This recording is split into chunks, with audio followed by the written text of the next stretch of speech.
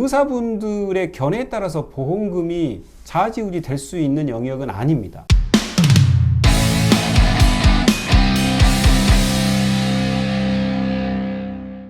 안녕하세요. 뉴스포트 보험전문기자 김승동 기자입니다. 네, 안녕하세요. 최수영 변호사입니다. 암 관련해서 계속적으로 얘기를 한번 해볼 건데요. 네. 암이라는 질병이 매우 독특하잖아요. 네. 이 암이라는 세포가 생겨서 증식을 하고 또 옮겨 다닌단 말이죠. 네. 그러다 보니까 왼쪽에 생겼던 암이 오른쪽으로 옮겨갔어요. 전이암과 원발암 관련된 네. 기준들인데요. 갑상선암을 많이 대표적으로 예를 들어요. 가까운 쪽에 림프절에 전이가 됐다고 쳐보자고요. 그럼 이게 두 가지입니다. 갑상선은 갑상선이고 림프절에 있는 전이암은 어쨌든 그것도 암은 암이니까 두 개는 별도로 보자 하는 견해가 있을 수 있고요. 갑상선의 진행 정도가 림프절로 전이됐다는 거여서 본질은 갑상선이지 림프절을 별도로 보냐. 이 논란이 보험 쪽에서 되는 이유가 어차피 다 치료를 하긴 해야 되는데 갑상선암 같은 경우에는 보험금을 조금 주는 네. 암으로 구분되고 림프암 같은 경우는 보험금을 그렇죠. 좀 많이 주는 네.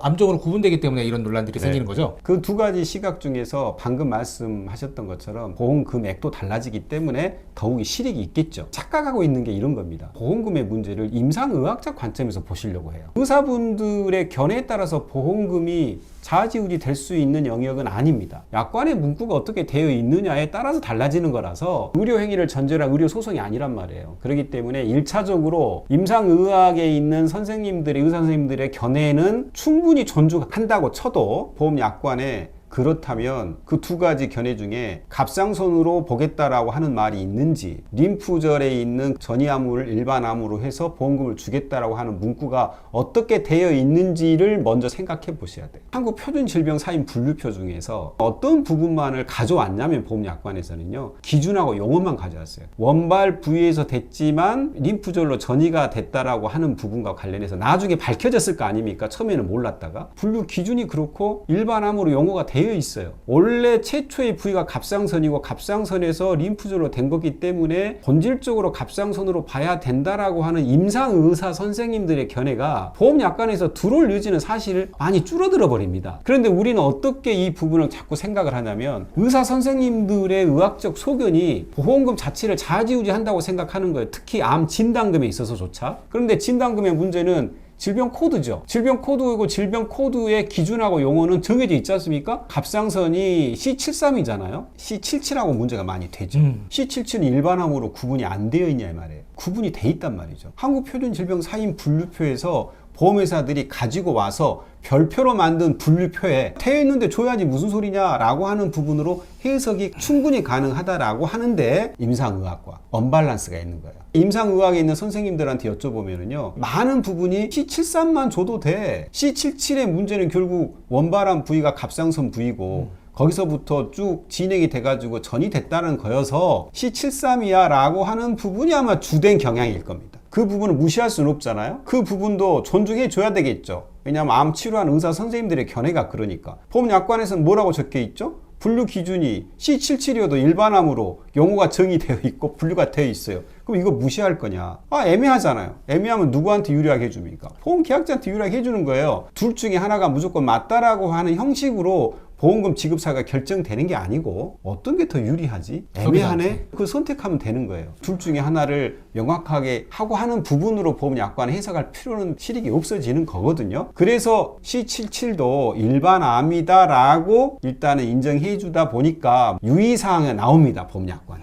C77부터 C80은 원발 부위가 어디에 있으며 원발 부위를 기준으로 보장해 줍니다. 이렇게 되니까 그걸 일반인들이 알 수가 없잖아요. 두 번째 쟁점의 국면이 이거 설명됐냐 안 됐냐의 문제로 가는 거죠. 설명 의무가 무엇인지부터 잠시 말씀을. 네네. 설명 의무라는 게 좀 거창한 것일 수도 있겠지만 내가 이거 사고 싶은데 제대로 설명 좀 해주세요. 이런 의미입니다. 나는 지금 한국 표준 질병 분류표에 C77이 일반암으로 되어 있는데 원래 어디서부터 이게 전이 되어 있는지가 원발암이 있다라고 하는 것을 내가 의사도 아닌데 어떻게 알겠냐. 근데 왜 이제 와서 암에 걸리고 나니까 왜 지금 그렇죠. 이제 와서 넘어지냐. 가입할 때 정말 설명을 해줬던가. 그렇죠. 그럼 내가 가입 여부를 판단했을 텐데 그렇죠. 왜 지금 보험금을 적게 주려고 지금 따지고 있냐. 그렇죠. 예. 그럼 원래 설명 안 해줬던 것을 이제 와서 새롭게 주장하지 말아라. 나는 원래대로 한국표준질병의 C77도 분류 기준사 일반암으로 당신들이 만들었으니까 이 경우에는 여기에서 이제 설명 의무가 되냐, 설명 의무 대상이 안 되냐, 이게 잠깐 또 쟁점이 또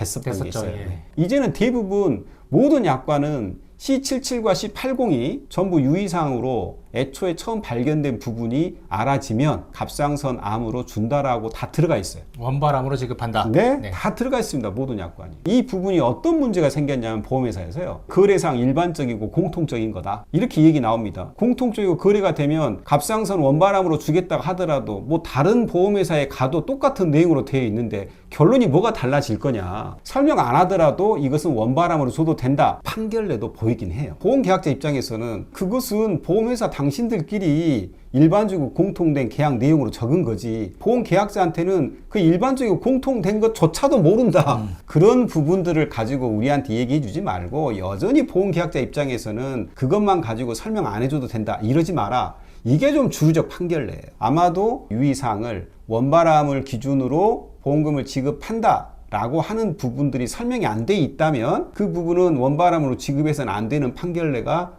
주류를 이루고 있다 생각하시면 될 것 같고요. C77에서 C80은 반드시 설명 의무 대상이다 라고 하는 부분들을 유념하시고 설명 들은 바가 없다 이렇게 될 경우는 보험금 지급받을 수가 있어요. 근데 문제가 설명 들은 바는 없지만 요즘 설명을 구두로 해줍니까? 상품 설명서하고 확인서에 저 보험약관에 했던 부분대로 설명 들었음. 네, 들었습니다라고 사인 했던 받았음. 부분들을 까먹을 수도 있어요. 그 부분으로 다 설명해 주지 않았냐? 이런 부분이 있지만 구체적으로 원발 부위에 관한 부분으로 했다라는 것까지가 기재되어 있는 확인서가 아니라면 여전히 설명은 안 되어 있다라고 생각하시면 될 것 같습니다. 과거에는 원바람이 소외감이고 전이암이 고해감 혹은 일반암 이 경우에 보험금이 최대 10배 이상 차이가 나거든요. 네. 500만 원 받을 거냐 5천만 원 받을 거냐 이 물론 문제가 있어서 논란이 많이 됐었고 과거의 약관에서는 소비자가 유리한 게 5천만 원이 5천만 원을 지급해야 된다. 이게 좀 다툼이 있었고 네. 그래서 이거를 소비자한테 제대로 설명했냐 또 다툼이 생겼었고 그리고 지금은 이런 다툼이 웬만큼 약관에서 사라졌지만 과거 가입한 보험의 경우 아직도 다툴 여지가 있다. 요약하면 되겠죠? 네. 그러니 과거에 가입했던 분이 전이암, 원바람 따져서 덜 받은 것 같은데 판단이 되시면 다시 한번 따져보셨으면 좋겠습니다. 갑상선을 좀 말씀 주셨는데요. 네. 갑상선 같은 경우는 수술이 맞냐 아니냐 이 논란도 있었어요. 네, 네, 네. 예전에는 무조건 외과적으로 피부를 절개해서 네, 네. 환부를 절단 절제하는 것만 수술이었어요. 근데 네. 의료기술이 발전하니까 그렇지 않아도 환부를 없애버릴 수 있는 기술들이 발전해서 그렇죠. 의사는 수술이라고 보는데 약관상 그렇죠. 수술이냐 아니냐라는 논쟁들이 있어서 변해온 걸로 알고 있거든요. 갑상선암에서의 이제 문제됐던 수술이 고주파 절제술이었던 그쵸. 부분인데요. 이게 2011년도에 대부분에서 갑상선암에서 말하는 수술에 포함된다라고 내린 적이 있습니다. 그때 약관의 배경을 보셔야 돼요. 그때는 수술의 정의 규정이 아주 디테일하게 없었습니다. 대법원에 있어서 판시가 어떻게 됐냐면 널리 수술에 포함된다. 왜? 정의가 없으니까. 그래서 지금 있었던 약관을 기준으로 옛날 약관을 소급해서 보면 안 돼요. 그때 해당되는 약관은 약관대로 봐야 됩니다. 근데 지금에 있는 수술의 정의로 와서 그럼 고주파 절제술은 여전히 갑상선암에 있는 수술에 해당되냐? 수술의 정의가 1세대, 2세대, 3세대로 제가 구분 한번 해봅니다. 변호사님 개인적으로 개인적인 누가 거죠. 정의 네. 내린 거 아니에요? 아니에요. 변호사님께서 치명 정의 내리죠. 왜냐하면 실손도 1세대, 2세대, 3세대, 4세대 나누니까 수술의 정의도 그럼 1세대, 2세대, 3세대 나눠보자. 1세대가 뭐냐? 외과적 수술이죠. 전형적으로 배 째고 절단하고 그게 수술의 정의 첫 번째였습니다. 그것밖에 없었을 때가 해당 약관들이 있었어요. 수술 정의 2세대가 뭐냐면 신의료 기술로 안전성과 유효성이 담보되는 것도 수술에 포함합니다. 거기까지입니다. 2세대가. 근데 3세대는 뭐냐면 신의료 기술의 안전성과 유효성은 포함된 것으로서 절단, 절제 등 조작하는 것을 포함합니다. 해서 외과적 수술 방법인 절단, 절제 등 조작을 2세대에다가 플러스 시킨 겁니다.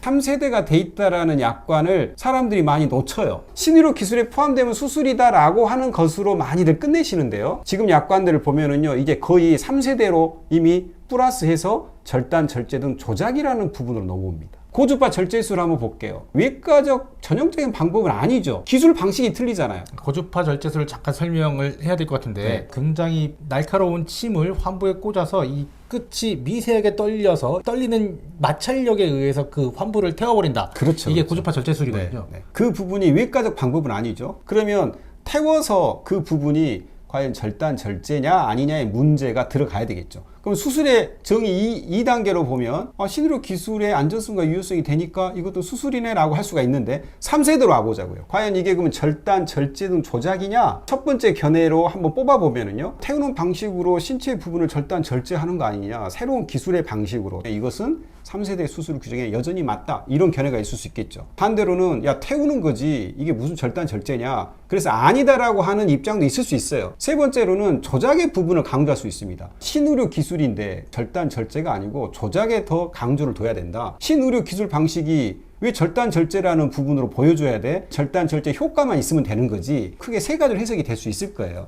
그럼 개인적인 의견은 뭐냐? 조작에 해당된다고 보고 조작이 아니더라도 절단 절제라는 효과를 충분히 구현내는 수술 방식이다. 그 부분도 개념에 있는 문구에 맞을 거다. 그렇다면 고주파 절제술은 2011년에 나왔지만 현대에 있는 약관을 근거로 해석하더라도 이건 수술의 정의에 부합된다라고 봐야 되는 거고요. 근데 최근에 이제 재밌는 판례가 하나 나왔어요. 티눈에서 냉동 응고술은 그럼 절단, 절제 등 조작에 해당되는 수술의 정의에 맞냐 안 맞냐는 문제가 최근에 나왔습니다. 액화질소가 담겨있는 네, 가스통에서 미세하게 액화질소를 환부에 쏜 다음에 그 환부를 칼로 도려냅니다. 이걸 반복하는 거예요. 절단과 절제가 있는 거죠. 그렇죠. 예. 네. 그래서 냉동 응고술은 그렇게 압축된 방식으로 절단, 절제를 했다라고 판결례가 하급심이지만 최근에 나왔습니다. 태웠냐 얼렸냐의 문제인 거지 절단, 절제 부분이 함축되어 있다고 보면 같은 맥락에서 여전히 수술의 정의에 포함이 될 것이고 이제는 수술의 정의가 언제적 시대인데 자꾸 절단, 절제라고 있는 외과적 전통적인 방식에만 우리가 해석을 해야 되겠느냐. 이제는 효과 면에서 조작이라는 방면에서 절단 절제가 동시에 이루어지거나 굉장히 빠른 짧은 시간에 함축적으로 이루어졌다라고 하는 부분을 주목해보면 수술의 정의에는 들어가지 않겠느냐라고 말씀드릴 수 있을 것 같습니다. 이상으로 마치도록 하겠습니다. 감사합니다. 감사합니다.